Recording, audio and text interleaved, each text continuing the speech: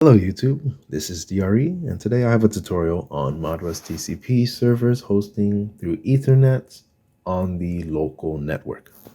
So basically what you will need for this tutorial is a standard issue Arduino. This is a Arduino Mega, but an Arduino Uno will suffice just fine, as long as it can fit this Ethernet shield, which is our second requirement.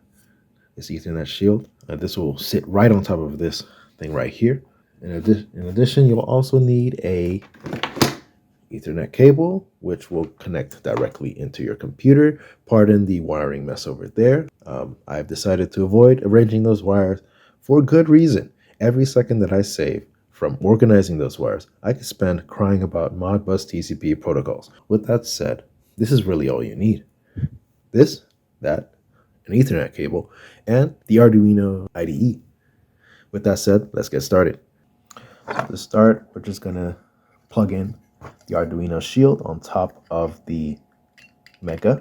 If you just bought the Arduino shield, the first couple of times of installing it will be quite difficult, but over time, it'll become rather easy to go in. It's a lot like running. The first time you'll trip and fall, and if you don't die, it'll get easier over time. Next thing, we'll need to plug in our Ethernet cable right into there, from here into our laptop, and then of course the standard Arduino USB connector. And once you plug that in, you'll be able to start programming on your Arduino while using your Ethernet shield. So let's go over to the computer now. Okay, so to get started, there are a couple packages you'll need to import, and one of them you'll have to download. So let's go over here to our package manager, as I like to call it, and we'll download Arduino Modbus. I am searching in the wrong area, pardon me, right here. Go ahead and download Arduino Modbus by Arduino. Once you install this, type in at the top an include statement, include one Ethernet.h and include Arduino Modbus.h. Okay, so next thing we'll need to do is to understand a couple things. Our main goal is to initialize the server onto the Arduino. So in order to do that, we will need a couple things. One, we'll need the physical address of the Arduino. I believe it's maybe the physical address of the Ethernet shield. We could just make it up. Most times your Ethernet shield will not have a fixed one, so we can make up a MAC address, and your MAC address will be, for the lack of better terms, 6 digits long. X4409B 08C. I am reading these off of a buffer I wrote on another screen, but as I said, these can be random. The likelihood that that this MAC address is the same as a MAC address that is on the network is very low. And if that is the case, then just change a couple of digits, you'll be fine. Next thing we need to define is the IP address that the Arduino is going to have. Now, to acquire this, we will need to do the following. We would need to do ipconfig/all. And the reason you want to do /all is so that you can see more than just your computer's IP configurations, but also any other internet configurations. So we'll be able to see our Ethernet adapter, and from here we'll be able to see our auto configuration IPv4,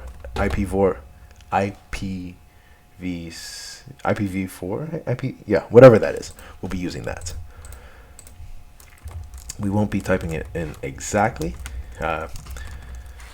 as I like to change the last digit by 1, just so that I'm not using the same address. So it was 78. I'm going to use 79, or perhaps I'll use 80. Why do I do this? I don't know. When I finally got it to work, that's what I did. So next thing we need to write is to initialize the Ethernet server. We'll call it ETH server. We'll initialize it on port 502 because 502 is generally the port that Modbus compliant devices will use.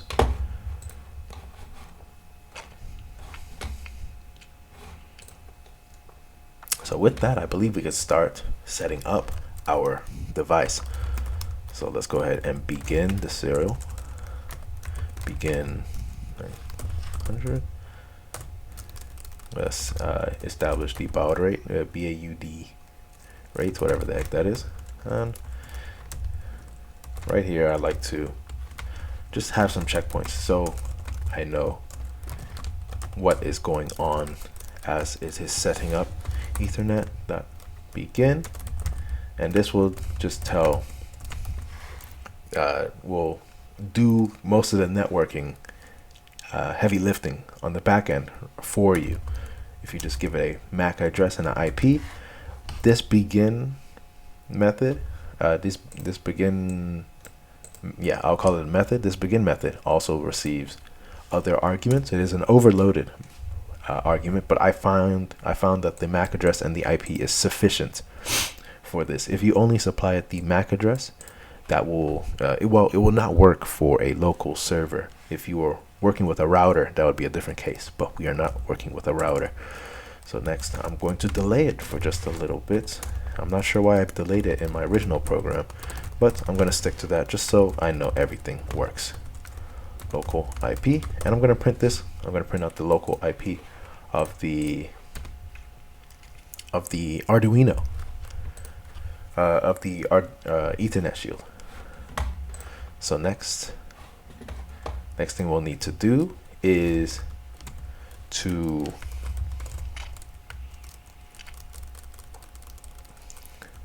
establish the Modbus TCP server, and to do that we'll need to define it up here. My apologies, we're going back up here. Modbus TCP server, Modbus TCP server. I'll copy that.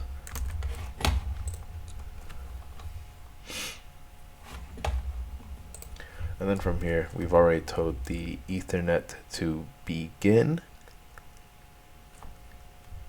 but we haven't told the Ethernet server to begin. So we'll go ahead and do that. Each server.begin. And then next, we'll need to tell the Modbus TCP server to begin. And I'll pass it 1 because I want it to have the device ID 1.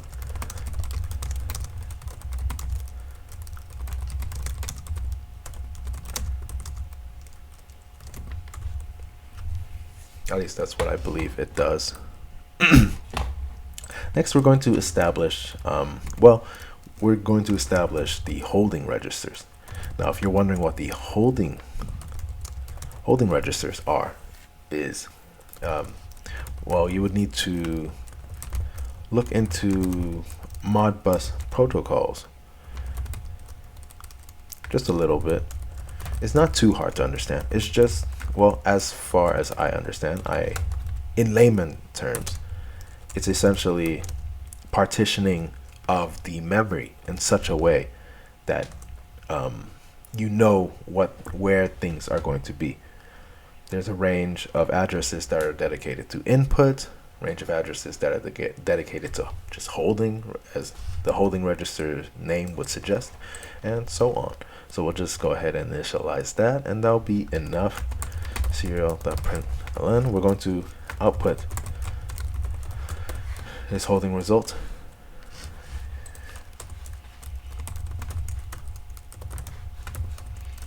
Holding register initialization result. Going to go ahead and print that so we know if we successfully created those registers. And from there, the server is mostly ready to begin. So while it's running, one thing we'll need to be wary of is allowing clients to connect to the server, as they put it, Ethernet slaves to connect to the server. And how you would do that is use Ethernet client is equal to, we'll take the Ethernet server that available. And what this will do essentially is it will allow the clients to connect to the server. I noticed I made some mistakes up here. One, Ethernet.local IP, it's a method, so you need to have the brackets next to it. I misspelled begin up here, and it's configure holding registers, not holding register. And additionally, you need to initialize the type for the holding result variable, which I have initialized to an unsigned long.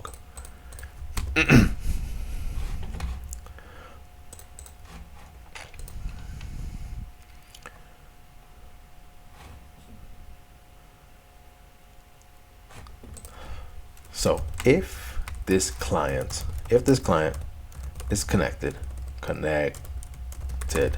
oh wow, can't spell, awesome.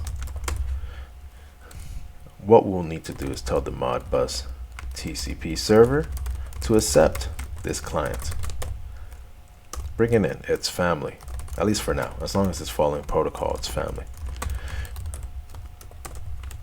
Then we will pull data from the Modbus TCP server, and that'll be returned to the clients that are connected to the Modbus TCP server.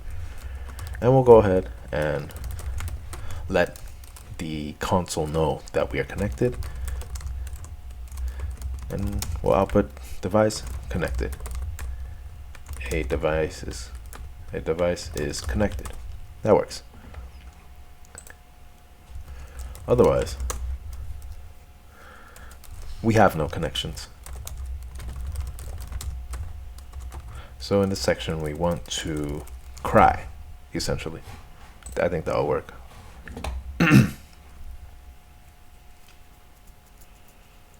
Okay, so to make sure that this works, what we can do is up here, we can define, we'll go ahead and set the value of some holding registers.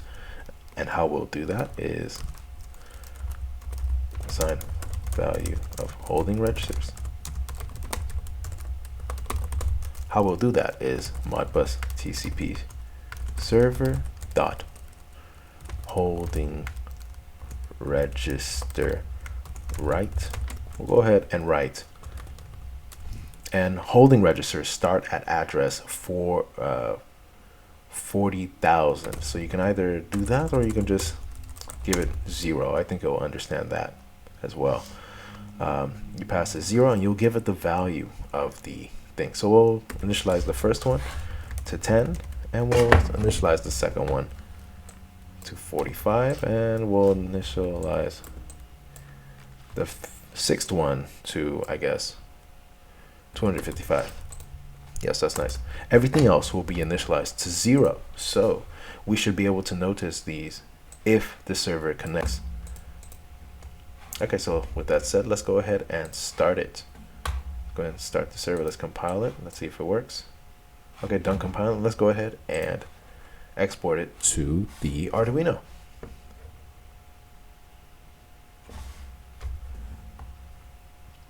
Okay, awesome. It is done uploading. So let's go ahead and look at the serial monitor. And it is not reading. Give me a second. Okay, I did some tweaking and some black magic behind the scenes, and I successfully got the serial monitor to be functioning.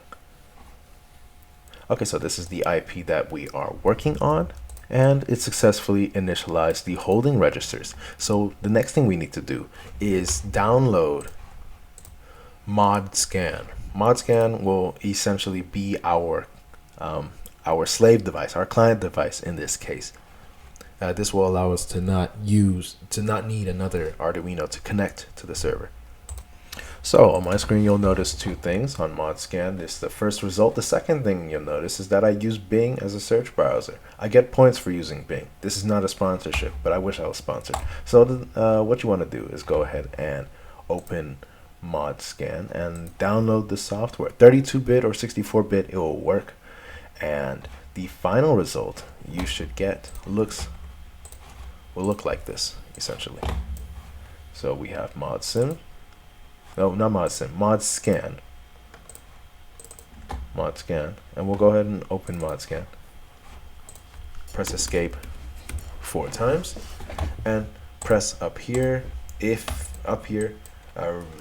you looked at our program very carefully, you'll notice that we established 100 registers. So the length of our registers here should be 100. It's a holding register, so let's go ahead and switch on to that. There are 100 registers, and it starts at address 1 or 0 in our case. It doesn't, yeah. And our device ID is 1 ideally. And the next thing we need to do is connect to the device. Connect to the server. And how we'll do that is we'll go ahead and paste the IP that we have the server running on, which its output here. So we'll go ahead and paste that there. It's running on port 502. This should all check out. So after a little while, we should see that on here, our ID is telling us that a device is connected. Who is that device? That device is us. Wow. Okay, awesome.